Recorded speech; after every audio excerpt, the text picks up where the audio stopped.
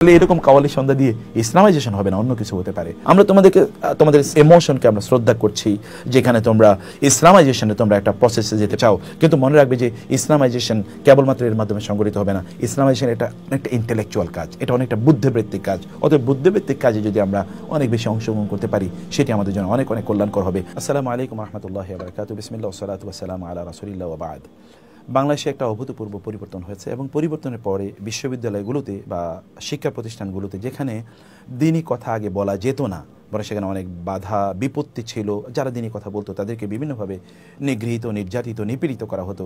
তারা যখন একটি স্বাধীন একটি পরিবেশ পেয়েছে, তখন তারা ওইখানে দিনের চর্চা করার জন্য তারা অনেক ধরনের চেষ্টা করছে, অনেক ধরনের উদ্যোগ তারা গ্রহণ করেছে। সেখানে আমরা দেখতে পাই উদ্যোগগুলো ভেরি পজিটিভ। তোমাদের একটা উদ্যোগ যেটি আমরা দেখতে পাই, সেই উদ্যোগগুলো এখানে বিভিন্ন ধরনের কাওয়ালি সন্ধ্যার আয়োজন করা। অনেকে আমাদেরকে বলেছেন যে এই কাওয়ালি সন্ধ্যাগুলো আয়োজন করা এটা আসলে সত্যিকার অর্থে ইসলামকে কতটুকু সার্ভ করবে, অথবা যদি আমরা ইসলামের কালচারাল দিকের কথা বলি, তাহলে এটা কালচারকে কতটুকু রিপ্রেজেন্ট করে, বা এই গোটা সমাজটাকে ইসলামাইজেশনের জন্য এর আসলে কতটুকু কন্ট্রিবিউশন থাকতে পারে, এই বিষয়টি আমরা একটু আলোচনা করতে চাই। প্রথমত বিষয় হলো যে আমরা আগেও যে কথা বলেছি, এখনও বলছি যে আলহামদুলিল্লাহ একটা পরিবর্তন হয়েছে।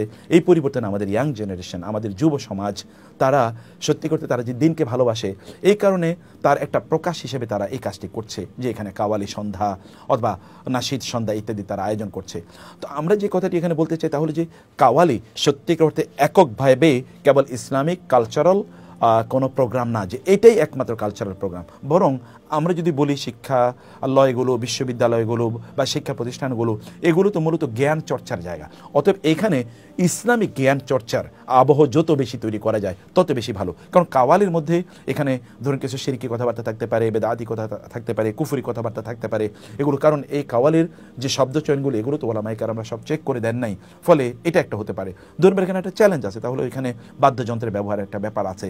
3 নম্বরের বিষয় হচ্ছে যে এখানে সত্যিকার অর্থে এই কাওয়ালি আমরা যদি রাসূল সাল্লাল্লাহু আলাইহি ওয়াসাল্লাম, সাহাবায়ে কেরাম বা পরবর্তী প্রজন্মের দিকে যদি আমরা তাকাই, বেস্ট জেনারেশনের দিকে তাকাই, তাহলে দেখব না যে তারা এর মাধ্যমে তারা দিনী প্রচারে কাজ করেছে, বরং জ্ঞান ভিত্তিক সমাজ তৈরি করার মূল উদ্যোগ বা মূল কাজটি করেছে আমাদের সালফে সালিহিন। ফলে এখানে ওই জায়গাটা মেন স্ট্রিম ইসলামের যে ইস্যুটি, তার সাথে কিন্তু এখানে সম্পর্ক না। আমাদের দেশীয় একটা ইস্যু আছে, তাহলে যে আমাদের দেশের লোকেরা গান বাদ্য বা গান বা এবং নাশিদ ইত্যাদিকে তারা খুবই পছন্দ করে। ফলে তারা দ্রুত তাদের হাতে যেটা ছিল বা মানুষ যেটাকে পছন্দ করে, এমন একটা অল্টারনেটিভ হিসেবে তারা কাওয়ালিটিকে গ্রহণ করেছে।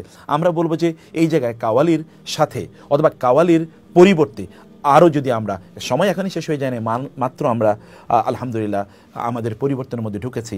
এখন যদি অনেকগুলো কাজ করা যায়, যেমন ধরুন এর মধ্যে নাশিদ সন্ধ্যা হতে পারে, যেগুলো পিওর নাশিদ, ইসলামিক নাশিদ, মানে সেখানে হামদ এবং নাত আছে, সেখানে কোনো শিরক বা কুফরি কোনো ইস্যু নাই, এরকম যদি থাকে তাহলে থাকতে পারে। যেমন রাসূল হাসান বিন সাবেত অথবা কাব রাদিয়াল্লাহু তাআলা আনহু, এরকম সাহাবায়ে কেরামদের অনেককে বলেছেন কবিতা আবৃত্তি করতে। কবিতার যদি একটা অল্টারনেটিভ হিসেবে আমরা নাশিদগুলোকে বলি, তাহলে এটা হতে পারে, কোনো সমস্যা নেই ইনশাআল্লাহ। এইটি, তবে সেটা একটু চেক করতে হবে যে এর মধ্যে কোনো অনইসলামিক কোনো এলিমেন্ট আছে কিনা, 1 নম্বর কথা। 2 নম্বর কথা হচ্ছে আমরা বলবো যে না, এর চেয়ে আরও অনেক গুরুত্বপূর্ণ বিষয় আছে।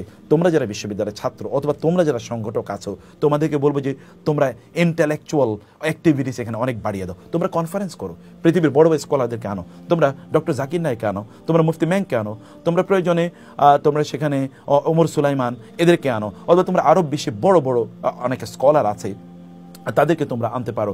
আরব বিশ্বে মানে আয়েজ আল কারনি, তোমরা যদি তাকে আনতে চাও তাইলে তাকে আনতে পারো।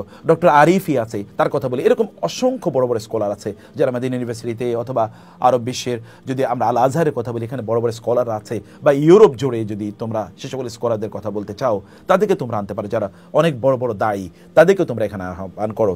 দেশীয় যে সকল স্কলাররা আছে তাদেরকে নাও, তোমরা কনফারেন্সের আয়োজন করো, সেখানে সেমিনারের আয়োজন করো, অনেক হালাকার আয়োজন করো, প্রচুর পরিমাণ হালাকা। আমাদের এখনও যদি মসজিদে নববীতে যাও তোমরা এবং যদি বাইতুল্লাহতে যাও, এখানে দেখবে প্রচুর পরিমাণ হালাকা হচ্ছে। হালাকার আয়োজন করো মসজিদগুলোতে এবং ইউনিভার্সিটিগুলোতে, হালাকার আয়োজন হোক। বাইরে স্কলার যাক, তোমাদের সাথে বড় বড় স্কলারদের, আমাদের যে ইন্টারন্যাশনাল স্কলাররা যারা আছে তাদের সাথে তোমাদের একটা পরিচয় ঘটুক। ইউরোপে তোমরা দেখো যে তারা কিভাবে বিশাল বিশাল এক একটা প্রোগ্রাম হয়, এক একটা প্রোগ্রামে 10, 20, 30, 40 হাজার লোক সেখানে উপস্থিত হয়। এরকম আয়োজন তোমাদের করা দরকার, যেখানে ইন্টেলেকচুয়াল আলোচনা হবে। ইউনিভার্সিটিতে তো ইন্টেলেকচুয়াল ডিসকাশন হওয়ার কথা, এখানে ইন্টেলেকচুয়াল ডিসকাশন হবে, এখানে সেমিনার হোক, এখানে বিভিন্ন ধরনের বইকে কেন্দ্র করে এখানে প্রতিযোগিতার আয়োজন হতে পারে, অথবা এখানে বিভিন্ন ধরনের ইস্যুকে কেন্দ্র করে একটা ব্রেন স্টর্মিং সেশন বা ডিসকাশন সেশন এখানে আয়োজন হতে পারে। এগুলো তোমরা করো।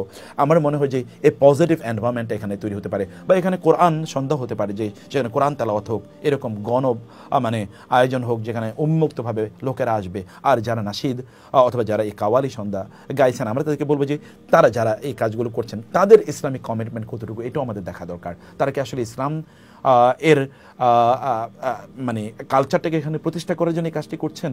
আর 2 নম্বর বিষয় হচ্ছে, আপনারা যেগুলো বলছেন বা যে কাওয়ালিগুলো গাইছেন, সেগুলো কোনো আলেমদের দ্বারা আপনারা দেখিয়ে নিয়েছেন কিনা যে এগুলোর শব্দ চয়ন বা এগুলোর যে কলিগুলো আছে সেখানে কোনো শরিয়া বিরোধী কোনো শব্দ আছে কিনা। 3 নম্বর বিষয় হচ্ছে যে এখানে বাদ্যযন্ত্রের ব্যবহার করা যাবে না।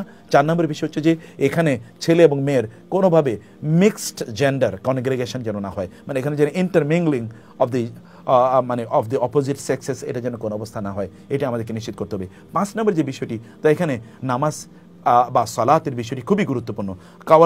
কাওয়ালি সন্ধ্যা হয়েছে, এশার নামাজ সময় মতো হয়েছে কিনা, জামাতে হয়েছে কিনা, নাকি এটা দেরি হয়ে গিয়েছে, নাকি এটা রাত্রে 12টার পরে হয়ে গেছে, না অনেক রাত পর্যন্ত করার কারণে আর কেউ নামাজই পড়তে পারলো না। তাহলে নামাজ যদি আদায় না করা যায়, তাহলে এরকম কাওয়ালি সন্ধ্যা দিয়ে ইসলামাইজেশন হবে না, অন্য কিছু হতে পারে। অতএব এই বিষয়গুলো মাথায় কনসিডারেশনে রাখা দরকার বলে আমরা মনে করছি।